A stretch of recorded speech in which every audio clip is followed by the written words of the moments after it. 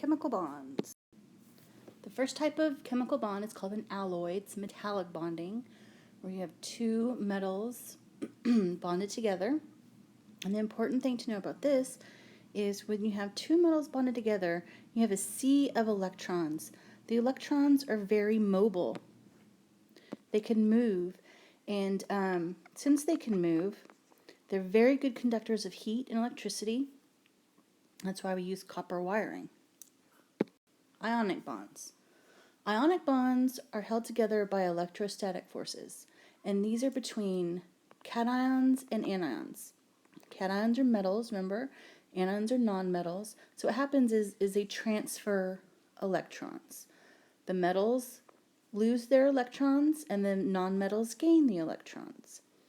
They're usually in crystal lattice structures.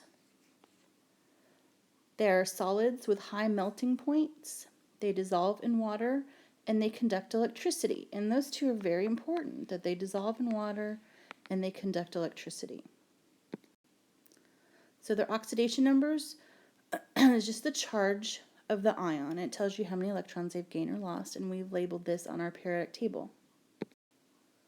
Now the oxidation numbers or the transition metals can vary.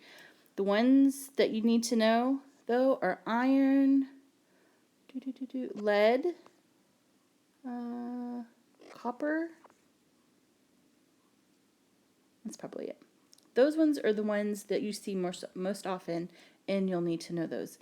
Zinc is always +2. Oops, that's a 2. Silver is always +1.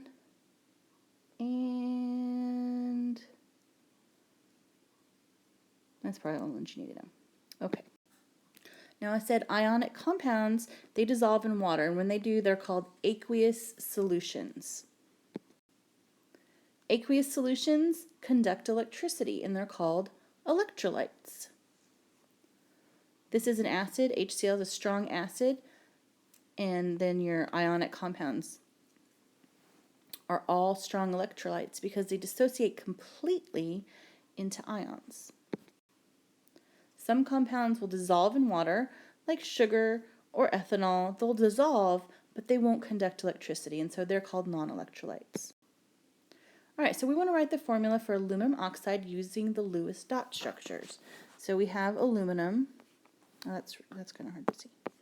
All right, we have aluminum, and aluminum has 3 valence electrons, 1, 2, 3, and then we've got oxygen, and oxygen has 6 valence electrons, 1, 2, 3, 4, 5, 6. So remember, cations donate electrons, the anions are going to accept them. So aluminum is going to give oxygen 1 electron, then it's going to give it 2 electrons, and it wants to do that because oxygen wants 8. Everybody wants 8 to be happy, and that is called the octet rule. Everybody wants 8 valence electrons. So if oxygen accepts 2, he'll have 8. If aluminum gives up these 3, he'll have 8. So he only has 2. Oxygen is full, so what we need to do is bring in another oxygen with 6 valence electrons. So aluminum can give up this one. Oh, but oxygen has a hole here, so we need to bring in another aluminum with 3 valence electrons. So now he can donate 1 to this oxygen. Oh, he's got 2 more, so we need to bring in another oxygen. 6 valence electrons. So he can donate here, and he can donate here. Okay, now everybody's out of valence electrons, or each aluminum is out of valence electrons. Each oxygen is full up. So we have 1, 2 aluminum, and 1, 2, 3 oxygen. This is our chemical formula. Now there's a shortcut. It's called the crisscross method, where you write their oxidation numbers and you just crisscross. So magnesium has a +2 oxidation number. Fluorine has a -1 oxidation number. This 2 will come down here. The 1 will come down here. We don't write ones. It's like in algebra, we don't write ones. So MgF2. Potassium has a +1 charge. Phosphorus has a -3 charge. So this 3 will come down here. This 1 comes down here. So K3P. Aluminum has a +3 charge. Oxygen has a -2 charge. So you crisscross.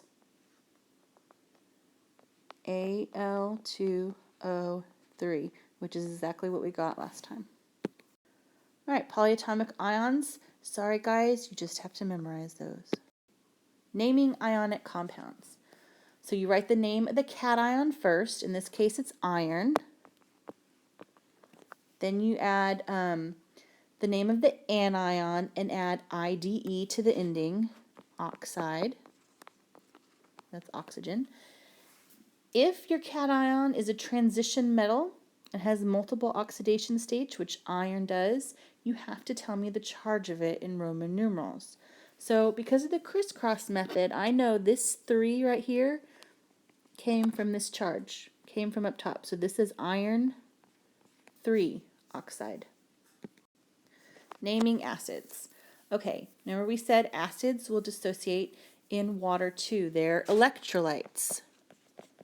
Acids are electrolytes. There you go. So the way you tell if something is an acid is it starts with an H. You see how all these things start with an H? Those are acids. If it has no oxygen in it, you just say hydro, like hydrogen, chlor for chlorine, ic acid, hydrocyanic acid. This is a polyatomic ion. This is one of those you have to know. If it does have oxygen in it, you don't put the hydro, and then you have to know your polyatomic ions. So NO3 is nitrate. Nitrate becomes nitric. NO2 is nitrite. Nitrite becomes nitrous. So you can remember it like a disease. Ate becomes ick. Ite becomes us. Adic-itis. I don't know, it just sounds like a disease to me. Adic-itis. Naming bases. You name bases the same way you name anything. So this would be lithium hydroxide. OH is hydroxide. This would be potassium hydroxide because you name your metal, then you name your anion. Sodium hydroxide. Calcium hydroxide. We will practice these. All right, covalent bonds. Covalent bonds is the last type of bond. They share between two nonmetals. They share their electrons. They have low melting point. They don't conduct electricity, so they're non-electrolytes because they don't dissolve in water. Well, some dissolve in water. So some dissolve in water, but that doesn't mean that they're electrolytes. And you can have single, double, or triple bonds. And we'll talk more about the single, double, and triple bonds when we do Lewis structures. All right, polarity. Nonpolar covalent bonds, you get nonpolar covalent bonds when electrons are shared equally. And so they're going to be shared by the diatomic molecules. You have to memorize those. You have to know which ones are diatomic.